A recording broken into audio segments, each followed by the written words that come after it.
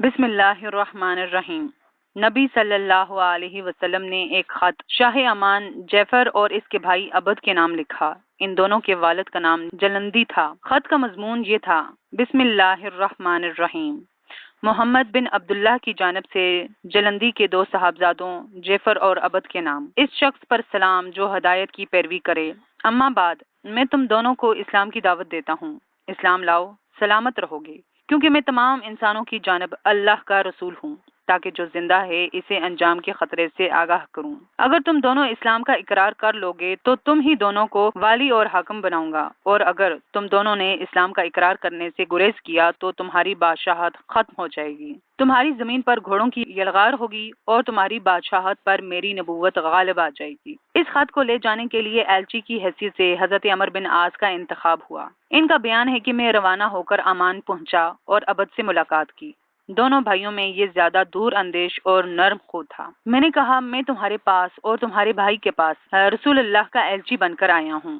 اس نے کہا، میرا بھائی عمر اور بادشاہت دونوں میں مجھ پر بڑا اور مقدم ہے، اس لیے میں تم کو اس کے پاس پہنچا دیتا ہوں کہ وہ تمہارا خط پڑھ لے۔ اس کے بعد اس نے کہا، اچھا تم دعوت کس بات کی دیتے ہو؟ میں نے کہا، ہم ایک اللہ کی طرف بلاتے ہیں جو تنہا ہے، جس کا کوئی شریک نہیں، اور ہم کہتے ہیں کہ اس کے علاوہ جس کی بھی پوجا کی جاتی ہے اسے چھوڑ دو، یہ گواہی دو کہ محمد اللہ کے بندے اور رسول ہیں۔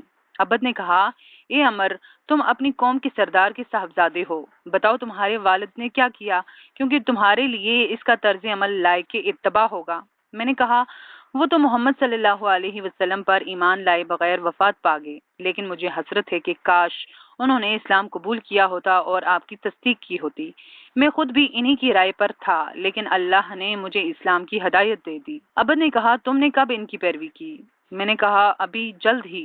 اس نے دریافت کیا، تم کس جگہ ایمان لائے ہو؟ میں نے کہا، نجاشی کے پاس، اور بتلایا کہ نجاشی بھی مسلمان ہو چکا ہے۔ عبد نے پوچھا، اس کی قوم نے اس کی بادشاہت کا کیا کیا؟ میں نے کہا، اسے برقرار رکھا اور اس کی پیروی کی۔ اس نے کہا، اسقفوں اور راہبوں نے بھی اس کی پیروی کی؟ میں نے کہا، ہاں۔ عبد نے کہا، اے عمر، دیکھو کیا کہہ رہے ہو، کیونکہ آدمی کی کوئی بھی خصلت جھوٹ سے زیادہ رسوا کن نہیں۔ میں نے کہا، میں جھوٹ نہیں کہہ رہا، اور نہ ہم اسے حلال سمجھتے ہیں۔ عبد نے کہا، میں سمجھتا ہوں کہ ہرقل کو نجاشی کے اسلام لانے کا علم نہیں۔ میں نے کہا، کیوں نہیں؟ عبد نے کہا، تمہیں یہ بات کس نے بتائی؟ میں نے کہا، نجاشی ہرقل کو خراج ادا کیا کرتا تھا، لیکن جب اس نے اسلام قبول کیا اور محمد صلی اللہ علیہ وسلم کی تصدیق کی تو بولا، خدا کی قسم، اب اگر وہ مجھ سے 1 درہم بھی مانگے گا تو میں نہ دوں گا۔ اور جب اس کی اطلاع ہرقل کو ہوئی تو اس کے بھائی یناک نے کہا، کیا تم اپنے غلام کو چھوڑ دو گے کہ وہ تمہیں خراج نہ دے اور تمہارے بجائے ایک دوسرے شخص کا نیا دین اختیار کر لے؟ ہرقل نے کہا، یہ ایک آدمی ہے جس نے ایک دین کو پسند کیا اور اسے اپنے لیے اختیار کر لیا، اب میں اس میں کیا کر سکتا ہوں؟ خدا کی قسم، اگر مجھے اپنی بادشاہت کی حرص نہ ہوتی تو میں بھی وہی کرتا جو اس نے کیا ہے۔ عبد نے کہا، عمر دیکھو کیا کہہ رہے ہو؟ میں نے کہا، واللہ میں تم سے سچ کہہ رہا ہوں۔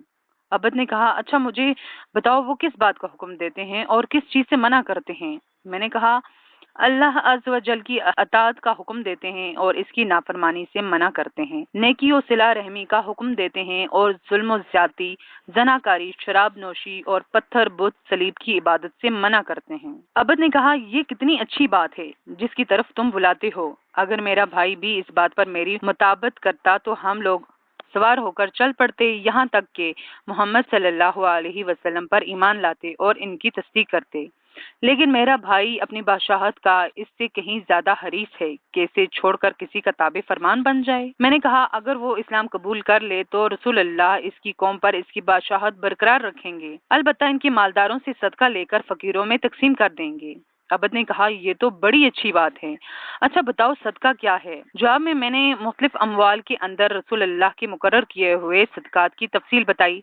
جب اونٹ کی باری آئی تو وہ بولا، اے عمر، ہمارے ان مویشیوں میں بھی صدقہ کیا جائے گا جو خود ہی درخت چر لیتے ہیں؟ میں نے کہا، ہاں۔ عبد نے کہا، واللہ میں نہیں سمجھتا کہ میری قوم اپنے ملک کی وسعت اور تعداد کی کثرت کے باوجود اس کو مان لے گی۔ حضرت عمر بن عاص کا بیان ہے کہ میں اس کی ڈیوڑی میں چند دن ٹھہرا رہا، وہ اپنے بھائی کے پاس جا کر میری ساری باتیں بتاتا رہتا تھا۔ پھر ایک دن اس نے مجھے بلایا اور میں اندر داخل ہوا۔ جو عبداروں نے میرے بازو پکڑ لیے، اس نے کہا، چھوڑ دو، اور مجھے چھوڑ دیا گیا۔ میں نے بیٹھنا چاہا تو انہوں نے مجھے بیٹھنے نہ دیا۔ میں نے بادشاہ کی طرف دیکھا تو اس نے کہا اپنی بات کہو۔ میں نے سرب مہر خط اس کے حوالے کر دیا۔ اس نے مہر توڑ کر خط پڑھا۔ جب پورا خط پڑھ چکا تو اپنے بھائی کے حوالے کر دیا۔ بھائی نے بھی اس طرح پڑھا، مگر میں نے دیکھا کہ اس کا بھائی اس سے زیادہ نرم دل ہے۔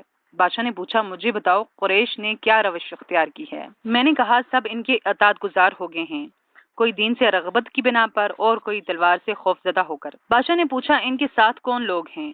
میں نے کہا سارے لوگ ہیں، انہوں نے اسلام کو برضا و رغبت قبول کر لیا ہے اور اسے تمام دوسری چیزوں پر ترجیح دی ہے۔ انہیں اللہ کی ہدایت اور اپنی عقل کی رہنمائی سے یہ بات معلوم ہو گئی ہے کہ وہ گمراہ تھے۔ اب اس علاقہ میں نہیں جانتا کہ تمہارے سوا کوئی اور باقی رہ گیا ہے، اور اگر تم نے اسلام قبول نہ کیا اور محمد صلی اللہ علیہ وسلم کی پیروی نہ کی تو تمہیں سوار رون ڈالیں گے اور تمہاری ہریالی کا صفایا کر دیں گے۔ اس لیے اسلام قبول کر لو، سلامت رہو گے، اور رسول اللہ تم کو تمہاری قوم کا حکمران بنا دیں گے۔ تم پر نہ سوار داخل ہوں گے نہ پیادے۔ بادشاہ نے کہا مجھے آج چھوڑ دو اور کل پھر آنا۔ اس کے بعد میں اس کے بھائی کے پاس واپس آ گیا۔ اس نے کہا عمر مجھے امید ہے اگر بادشاہ کی حرص غالب نہ آئی تو وہ اسلام قبول کر لے گا۔ دوسرے دن پھر بادشاہ کے پاس گیا، لیکن اس نے اجازت دینے سے انکار کر دیا۔ اس لیے میں اس کے بھائی کے پاس واپس آ گیا اور بتایا کہ بادشاہ تک میری رسائی نہ ہو سکی۔ بھائی نے مجھے اس کے یہاں پہنچا دیا۔ اس نے کہا میں نے تمہاری دعوت پر غور کیا۔ اگر میں بادشاہت ایک ایسے آدمی کے حوالے کر دوں جس کے شہ سوار یہاں پہنچے بھی نہیں تو میں عرب میں سب سے زیادہ کمزور سمجھا جاؤں گا، اور اگر اس کے شہ سوار یہاں پہنچ آئے تو ایسا رن پڑے گا انہیں کبھی اس سے سابقہ نہ پڑا ہوگا۔ میں نے کہا اچھا تو میں کل واپس جا رہا ہوں۔